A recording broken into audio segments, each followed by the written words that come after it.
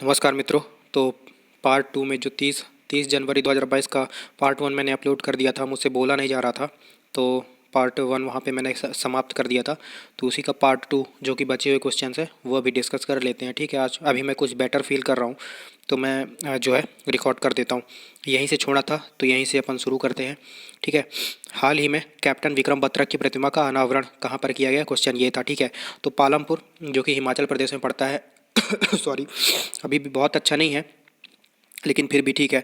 ठीक है, तो विक्रम बत्रा की प्रतिमा का अनावरण अभी अभी हाल ही में पालमपुर जो कि हिमाचल प्रदेश में पड़ता है वहाँ पे किया गया। ठीक है, और इसी के साथ मैं आपको प्रतिमाओं से क्वेश्चन बता देता हूँ। स्टैचू ऑफ इक्वालिटी जो है हैदराबाद में उसकी स्थापना की गई है। रामानुजाचार्य की जो है मूर्ति है ये स्टैचू ऑफ इक्वालिटी। ठीक है, 216 फीट की ये मूर्ति होगी।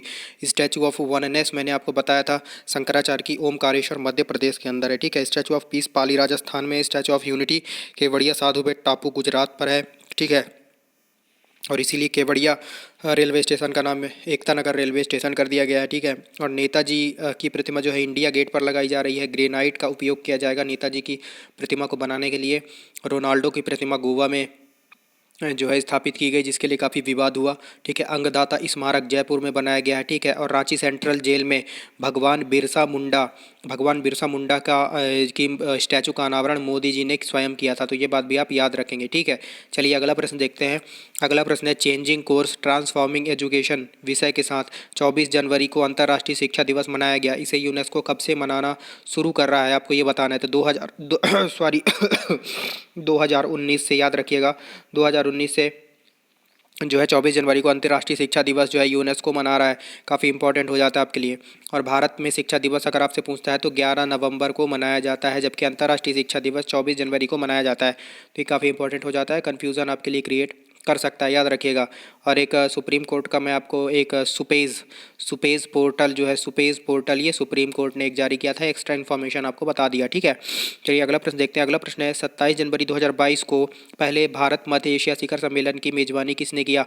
तो नरेंद्र मोदी ने। नरेंद्र मोदी हमारे प्राइम मिनिस्टर ऑफ इंडिया हैं। इन्होंने भारत और मध्य एशिया शिखर सम्मेलन की जो है मेज़बानी की, क्योंकि जो है जो सेंट्रल एशियन कंट्रीज़ थे वो अपने 26 जनवरी गणतंत्र दिवस की परेड में जो है आमंत्रित थे अतिथि के रूप में, लेकिन ओमिक्रॉन के चक्कर में वो नहीं आ पाए। ठीक है, तो इसीलिए फिर मोदी जी ने अगले दिन उनके साथ जो है एक सम्मेलन किया। और इस पर जो है मुख्य जोर दिया गया किसमें, इसमें मुख्य जोर दिया गया अफ़गानिस्तान के ऊपर, क्योंकि अफ़गानिस्तान में शांति के ऊपर, क्योंकि हमें सेंट्रल एशिया में पहुंचने के लिए, मध्य एशिया में पहुंचने के लिए, ठीक है, वहाँ पे क्या है, हमको अफ़गानिस्तान जो है ईरान के चबाहर के रास्ते अफ़गानिस्तान से होकर जाना पड़ेगा, क्योंकि ना तो हमें पाकिस्तान रास्ता देगा ना चीन रास्ता देगा। तो इसीलिए अफ़गानिस्तान में शांति होना बहुत ज़रूरी है और भारत के पक्ष में होना बहुत ज़रूरी है। तो इस पर मेन फोकस किया गया है। तो ये बात भी आप छोटी सी याद रखेंगे। ठीक है, अगला प्रश्न देखते हैं। अगला प्रश्न है हाल ही में अंतर्राष्ट्रीय सीमा शुल्क दिवस कब मनाया गया। याद रखिएगा 26 जनवरी को अंतर्राष्ट्रीय सीमा शुल्क दिवस मनाया गया। ठीक है, ये काफ़ी इंपॉर्टेंट क्वेश्चन है और कई बार पूछा जा चुका है एग्जाम में। ठीक है, तो ये बात आप याद रखेंगे। अभी भी मुझसे बोला नहीं जा रहा है पूरी तरह से। ठीक है, तो 26 जनवरी को अंतर्राष्ट्रीय सीमा शुल्क दिवस मनाया गया। और अगर आपसे पूछता है अंतर्राष्ट्रीय सीमा शुल्क संगठन का हेडक्वार्टर कहाँ पर है, तो याद रखिएगा ब्रुसेल्स में है। ब्रुसेल्स में अंतर्राष्ट्रीय सीमा शुल्क संगठन का मुख्यालय है। और ब्रुसेल्स में ही नाटो और यूरोपियन यूनियन का भी मुख्यालय है, ये बात भी याद रखेंगे।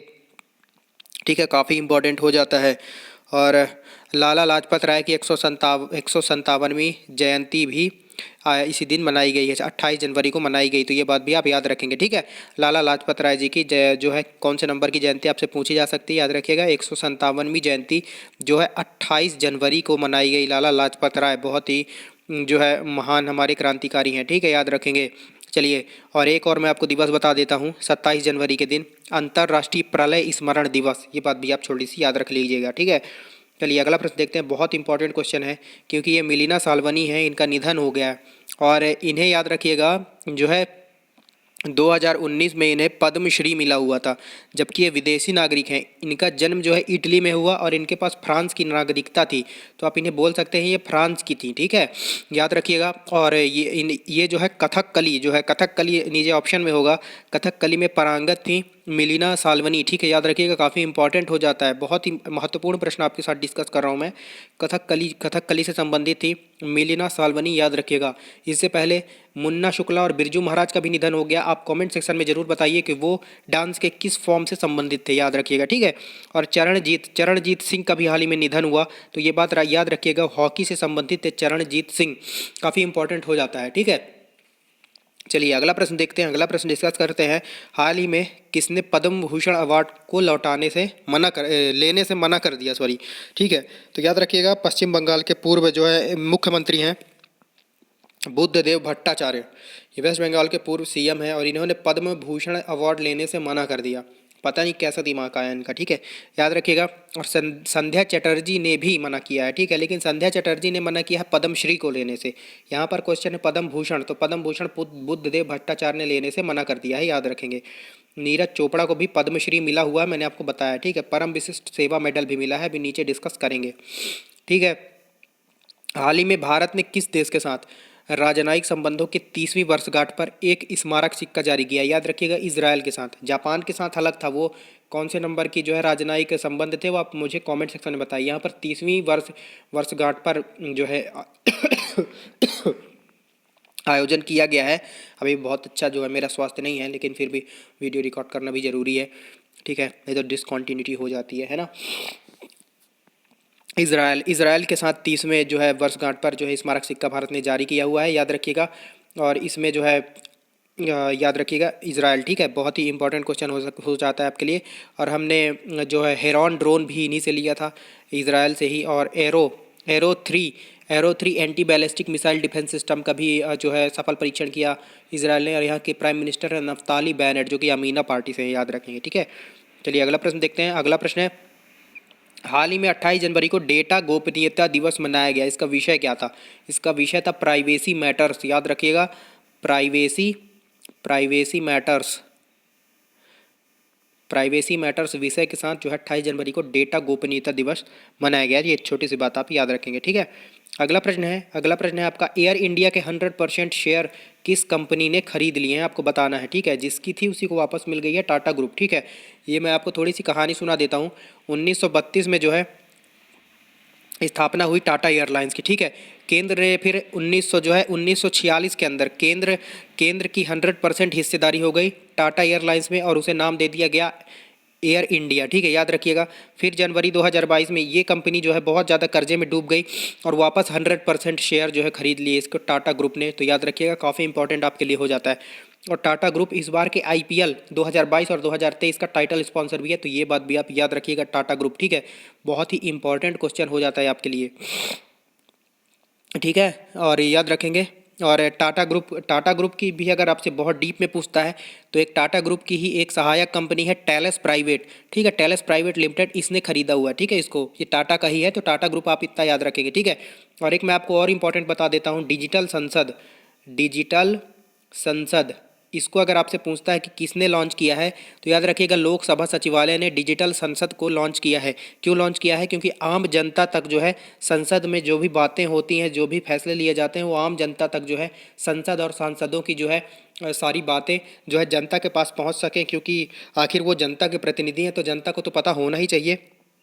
तो ये जो है ये ओम बिरला जी ने ये सुझाव दिया है कि डिजिटल संसद जो है एक ऐप लॉन्च किया जाए और जिसके बाद जो है पारदर्शिता ज़्यादा आएगी, ठीक है, याद रखेंगे।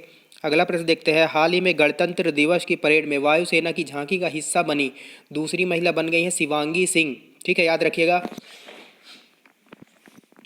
शिवांगी सिंह जो है दूसरी महिला बन गई हैं, ठीक है, ऐसा। और तो पहली महिला कौन थी?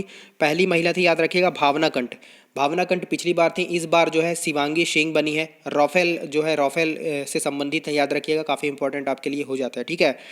और क्या बताया जा सकता है? एक एक अश्लेषा भी काफ़ी चर्चा में था, ठीक है, एक अश्लेषा भी काफ़ी चर्चा में था। ये एक रडार सिस्टम है। अश्लेषा तो छोटी सी बात है, आप याद रखिएगा। और हमारे IAF के प्रमुख कौन है, मतलब इंडियन एयरफोर्स के प्रमुख कौन है, विवेक राम चौधरी, याद रखिएगा, काफ़ी इंपॉर्टेंट है, छोटी सी बात है, याद रखेंगे। धृति बनर्जी दिख रही हैं, जियोलॉजिकल सर्वे ऑफ इंडिया की पहली महिला प्रमुख है, याद रखिएगा। अलका उपाध्याय दिख रही हैं, अलका उपाध्याय NHAI की पहली महिला प्रमुख है। अलका मित्तल पूछ देता, ONGC की पहली महिला प्रमुख है, ठीक है।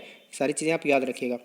अगला प्रश्न है, ये चीरू है एक्चुअली में, CHIRU, चीरू 2022 ये आपसे पूछना चाह रहा है, ठीक है, 2022। चीरू मतलब ये CH से चाइना हो गया, I से ईरान हो गया और RU से रशिया हो गया, ठीक है। तो चीरू सैन्य अभ्यास कहाँ पर हुआ पूछ रहा है, ये ओमान की खाड़ी में हुआ है, याद रखिएगा, ओमान की खाड़ी में हुआ है चीरू सैन्य अभ्यास। 3 देश बिल्कुल आप बता सकते हैं, ठीक है। और मैं आपको इसी के साथ जो है कई सारे आपको सॉरी जो है कई सारे जो है मैं आपको अभ्यास बता देता हूँ। एक मरीन सिक्योरिटी बेल्ट अभ्यास हुआ 2022 में, हिंद महासागर में हुआ है, याद रखेंगे। एक नेपच्यून स्ट्राइक 2022 समुद्री अभ्यास हुआ नाटो का, तो ये बात भी याद रखेंगे। और पाबी अभ्यास भी वो संघाई सहयोग संगठन का है, आतंकवाद विरोधी अभ्यास पाबी, ठीक है, याद रखेंगे। और ईरान जो है संघाई सहयोग कॉरपोरेशन का नवीनतम सदस्य, वो तो सभी जानते हैं, ठीक है।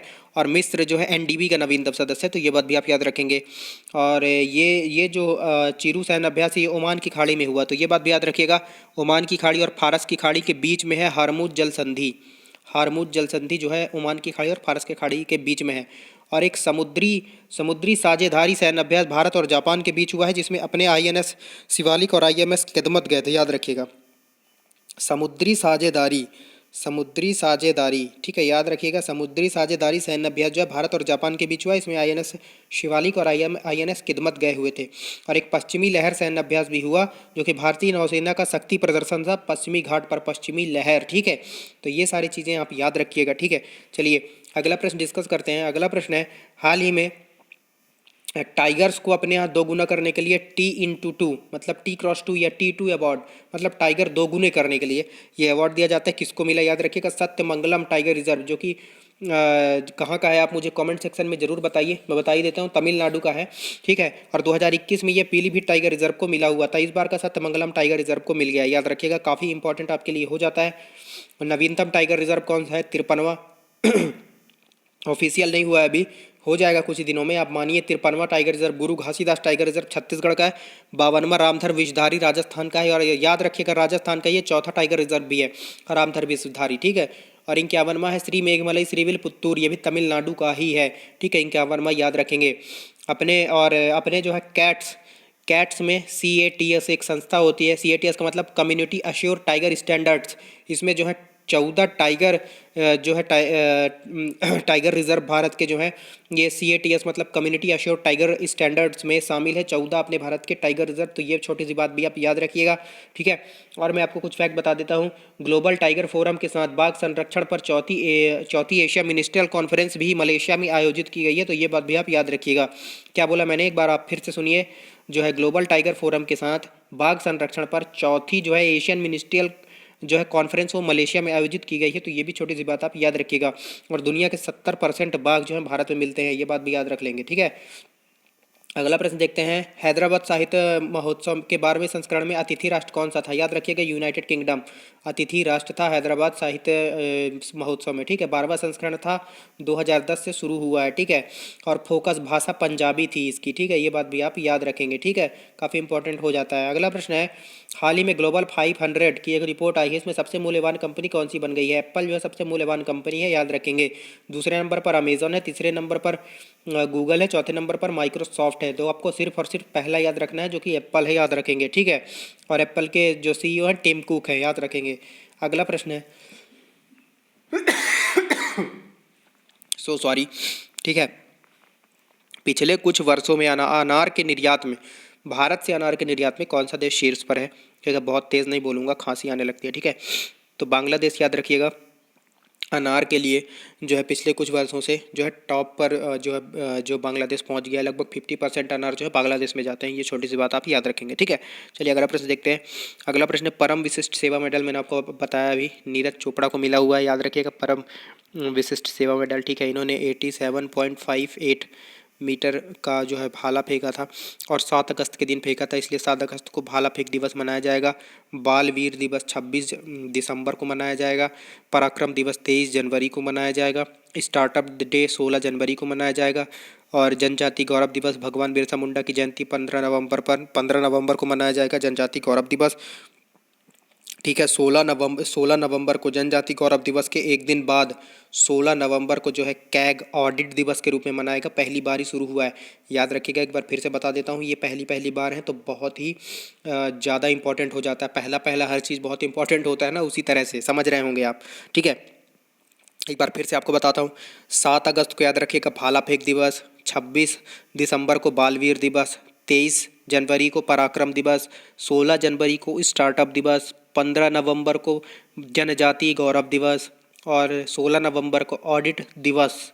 याद रखिएगा, इतने सारे दिवस तो बिल्कुल आपके टिप पर होने चाहिए, बिल्कुल ठीक है, याद रखेंगे। और चलिए अगला प्रश्न देखते हैं। अगला प्रश्न है, रैंको जी मंदिर कहाँ पर है? चर्चा में था। चर्चा में क्यों था? क्योंकि जो बोला जाता है कि अपने नेताजी सुभाष चंद्र बोस के जो अवशेष हैं वो रैंको जी मंदिर में रखे हुए हैं।